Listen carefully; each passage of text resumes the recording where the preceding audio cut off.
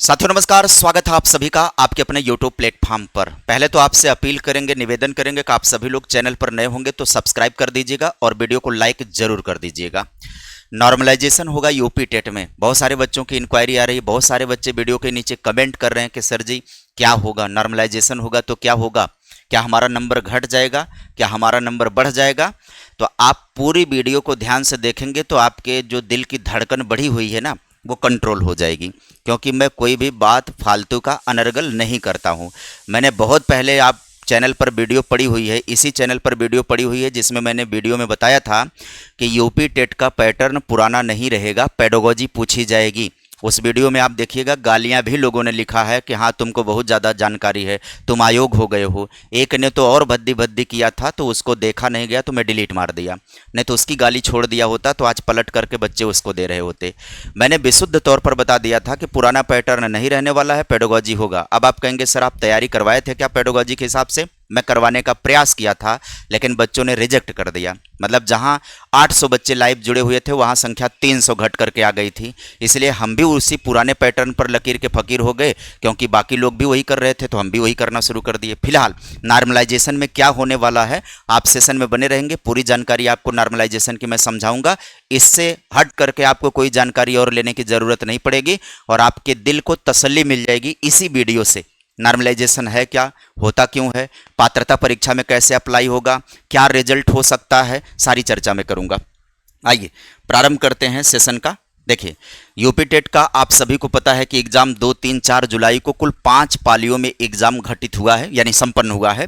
उत्तर प्रदेश शिक्षा सेवा चयन आयोग के स्पष्ट निर्देशानुसार अलग अलग पालियों में कठिनाई स्तर भिन्न होने के कारण छात्रों के अंकों का समानीकरण किया जाएगा, नॉर्मलाइजेशन किया जाएगा। देखो, आयोग ने पहले ही बता रखा था, नोटिफिकेशन के टाइम पर ही उसने नोटिफिकेशन में वो चीज मेंशन कर रखी थी कि अगर हम अलग अलग पाली में परीक्षा करवाएंगे तो हम नॉर्मलाइजेशन जरूर करवाएंगे। तो अलग अलग पाली का मतलब है 5 पालियों में एग्जाम हो गया है, अब नॉर्मलाइजेशन होगा, ये तो तय है। लेकिन नॉर्मलाइजेशन से क्या फायदा होगा, क्या नुकसान होगा, आगे मैं समझाने चल रहा हूं, आगे समझिएगा। मान लीजिए 2 जुलाई की पहली पाली में बाल विकास गणित या ईवीएस के बहुत फैक्ट वाले सवाल बन गए। मान लीजिए, आप ये मत कहिएगा कि सर जी 2 जुलाई को पहली पाली में ऐसा नहीं हुआ था, मेरे वाले शिफ्ट में ऐसा हुआ था। कोई आ जाएगा कहेगा नहीं मेरे वाले शिफ्ट में ऐसा हुआ था। तो आप नहीं तय करोगे कठिनाई का स्तर, वही मैं समझाना चाह रहा हूं। कठिनाई का स्तर तय कैसे होगा, उसका एक गणितीय खेल होता है, उसी गणितीय खेल को मैं समझाने चल रहा हूं, उसी सांख्यिकी को समझाने चल रहा हूं। आप मत तय करिए कि सर मेरा वाला शिफ्ट बहुत हार्ड था। वो कौन तय करेगा? उसको आयोग भी नहीं तय करेगा, उसको विद्यार्थियों की संख्या की एक सांख्यिकी होती है, वो तय करेगी। वही आप समझ जाइए, फिर आपको समझ में आ जाएगा कि इससे आपका फायदा होने वाला है कि नुकसान होने वाला है। तो मान लीजिए 2 जुलाई को प्रथम पाली वाला मान लीजिए कि बहुत ज्यादा फैक्चुअल रहा हो, मानना है, जैसे कि उदाहरण दे रहा हूं। वहीं 4 जुलाई की पाली में सीडीपी और गणित के प्रश्न कैसे रहे हैं? कॉन्सेप्चुअल रहे हैं, ठीक है, जिन्हें हल करने में छात्रों का समय भी गया और छात्रों से मिसअंडरस्टैंडिंग हो गई, तो गलतियां भी हो गई। मानना है, मैं फिर से कह रहा हूं, मान लीजिए, ये मत कहिएगा आप गलत बता रहे हैं कि इस पाली में नहीं इस पाली में हुआ था। मैं मानने के लिए कह रहा हूं, एग्जाम्पल दे रहा हूं। चूंकि यह एक पात्रता परीक्षा है जहां 82 और 90 अंक की सख्त कटाफ है, इसलिए 4 जुलाई को मान लीजिए कठिन पेपर रहा, मान लीजिएगा, वाले छात्रों को फेल होने से बचाने के लिए नॉर्मलाइजेशन एकमात्र वैज्ञानिक तरीका है। अब आप समझिएगा ये तरीका काम कैसे करेगा, ध्यान से समझिए। नॉर्मलाइजेशन किसी व्यक्ति की राय पर नहीं होता है, बल्कि एक औसत और मानक विचलन पर किया जाता है।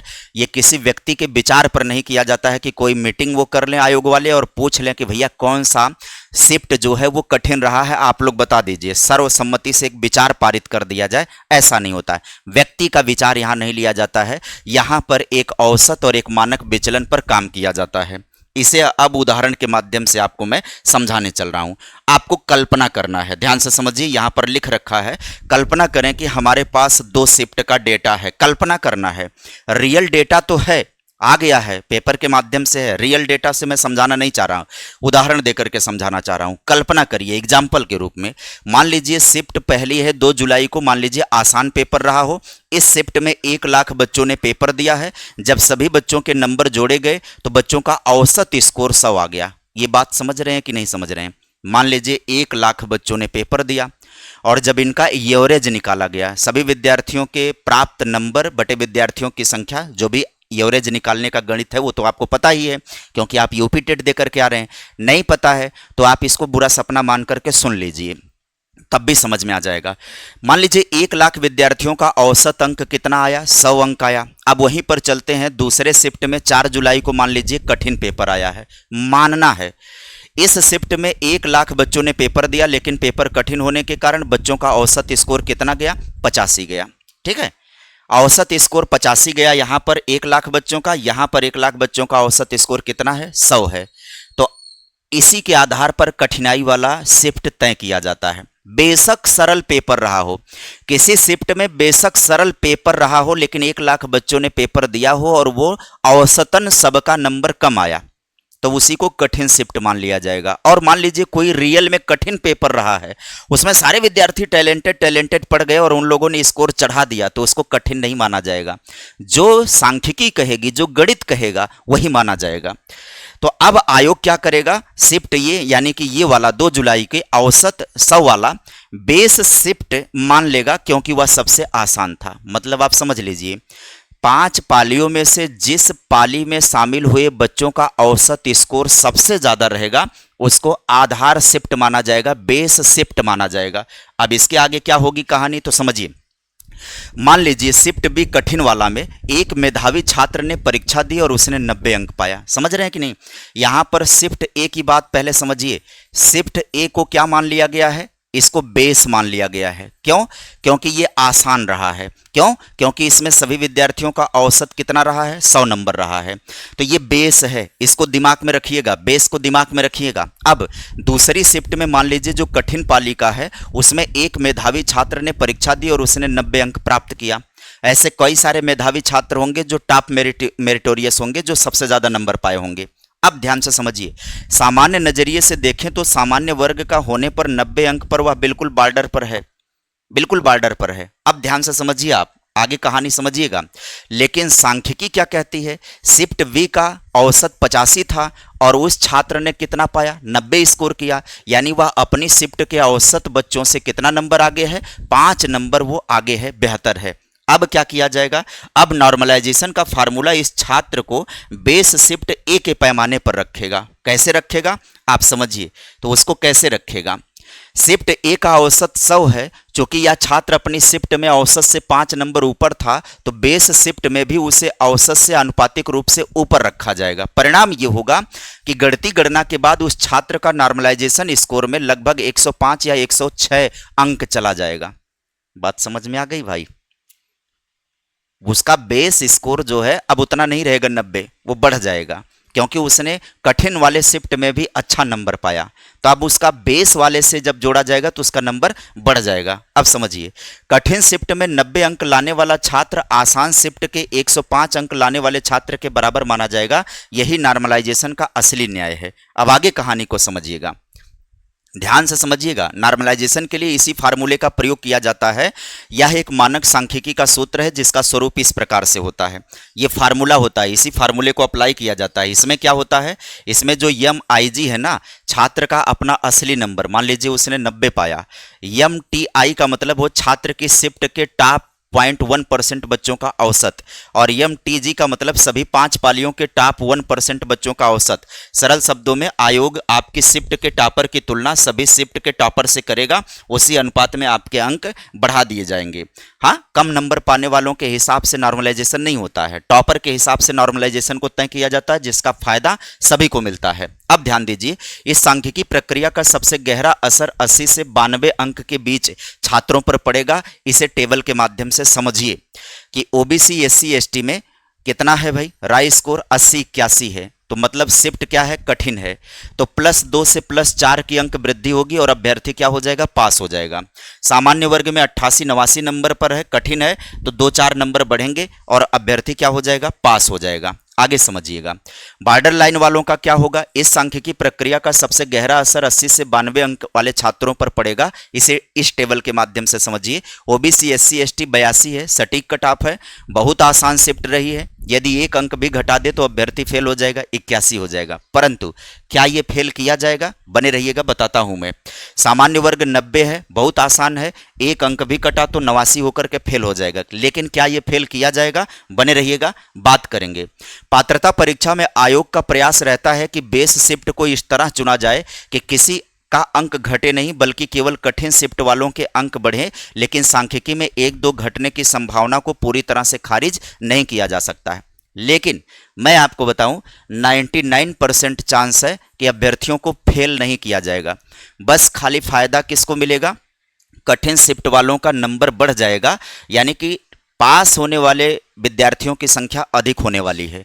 अब आपको एग्जाम्पल के रूप में मैं पिछले वाले एग्जाम का सीटेट का उदाहरण दे देता हूं। पिछले सीटेट में आपने देखा होगा 33% रिजल्ट आया था। कितना? 33% रिजल्ट आया था। क्या कभी आप सीटेट के रिजल्ट की कल्पना कर सकते हैं कि 33% आ सकता है? इससे पहले सीटेट का रिजल्ट कितना रहता रहा है?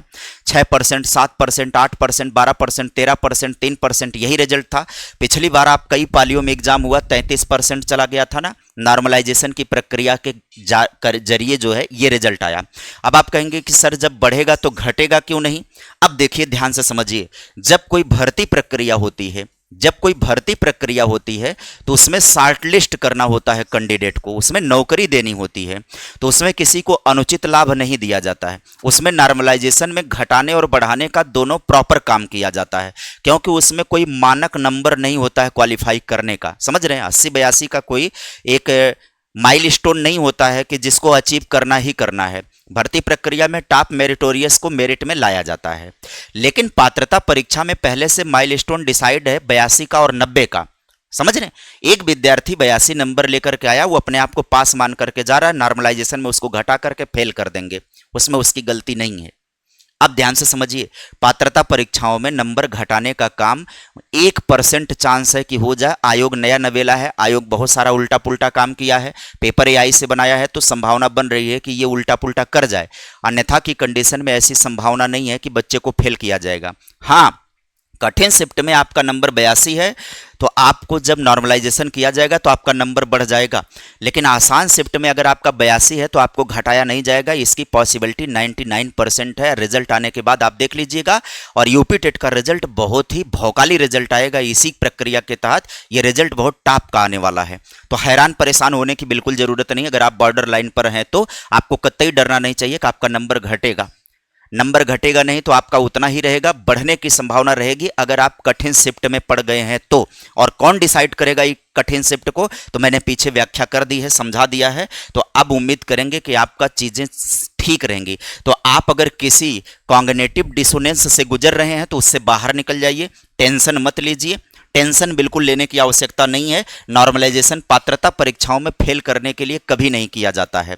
तो आप बिल्कुल निश्चिंत रहिए, और आपको जो है पूरी प्रक्रिया के जरिए जो बातें मैंने समझाई हैं वही बात पूर्णतः लागू होने वाली है। कठिन शिफ्ट है तो आपका जो है नंबर बढ़ना है। आसान शिफ्ट में अगर आप बॉर्डर लाइन पर हैं, आपको फेल होने का डर सता रहा तो मत डरिए, रिजल्ट का इंतजार करिए। ऐसी पॉसिबिलिटी बहुत कम है, 0.1% है कि आपको फेल किया जाएगा, क्योंकि पात्रता परीक्षा में ऐसी संभावना नहीं होती है। ये होता है किसमें, जब कहीं शॉर्टलिस्ट करके कैंडिडेट को नौकरी देने के लिए बात आती है तो वहां नॉर्मलाइजेशन में घटाया भी जाता है और बढ़ाया भी जाता है। बिल्कुल दोनों पहलुओं को ध्यान में रखा जाता है। उम्मीद करेंगे कि आप सभी को नॉर्मलाइजेशन की पूरी गणित समझ में आ गई होगी, और यही एक्यूरेट होना है। यही हुआ है सीटेट में भी, और यही होगा यूपी टेट में भी। मेरी तरफ से 99% की मैं भविष्यवाणी कर रहा हूं कि ऐसा ही होगा। ठीक है, फिलहाल आपके मन में कोई डाउट है, कोई प्रश्न है तो आप कमेंट बॉक्स में लिख सकते हैं। ये मेरा अपना व्यक्तिगत विचार है, ये मेरी अपनी व्यक्तिगत गणित है। आप जरूरी नहीं है कि आप इससे सहमत ही हों, लेकिन रिजल्ट आने के बाद आप एक बार मूल्यांकन जरूर कर लीजिएगा कि हमने जो बोला था क्या उस हिसाब से हुआ है कि नहीं। मैं कह रहा हूं कि 0.1% या 1% चांस ऐसा बन रखा कि आयोग हो सकता है कि वो गणित को समझ ना पाए और उसे ये भर्ती परीक्षा के रूप में अप्लाई कर दे, तब संकट खड़ा हो जाएगा। और आयोग को मैं पूरी तरह से मना भी नहीं कर पा रहा हूं ना कि ऐसा वो नहीं करेगा, क्योंकि उसने हर वो चीज किया। उसने फॉर्म भरवाया तो फॉर्म भरवाने में इतना पद्धति फॉलो किया, ऐसे लग रहा कि जैसे नौकरी देने जा रहे हो। लेकिन पेपर बनाने की बात आ गई तो ऐसा एआई का पेपर बनाए कि वो आपके सामने ही रहा है। कई जगह आउट ऑफ सिलेबस रहा है। आयोग को ये पता है कि हमारी किरकिरी हो गई है, बिल्कुल उनकी किरकिरी हो गई है, ये उन्हें पता है। तो अब वो रिजल्ट में कम से कम वो किरकिरी नहीं करवाना चाहेंगे, ये भी आप तय मान करके चलिएगा। उम्मीद करेंगे कि आपको बातें समझ में आ गई और वीडियो यहां तक देख लिए होंगे। चैनल को अभी सब्सक्राइब नहीं किए होंगे तो कर लीजिएगा, क्योंकि इसी तरीके से इंफॉर्मेटिव सेशन में लेकर के आता हूं। अभी मैं OMR पर एक वीडियो देने वाला हूं कि OMR में अगर गलतियां हुई हैं तो किन गलतियों पर आपको हैरान परेशान होना है, किन गलतियों पर नहीं होना है, उसकी भी बड़ी डिमांड है। उसकी भी वीडियो मैं करूंगा, चैनल पर आप देख लीजिएगा, विजिट कर लीजिएगा। Bye bye, take care, thank you.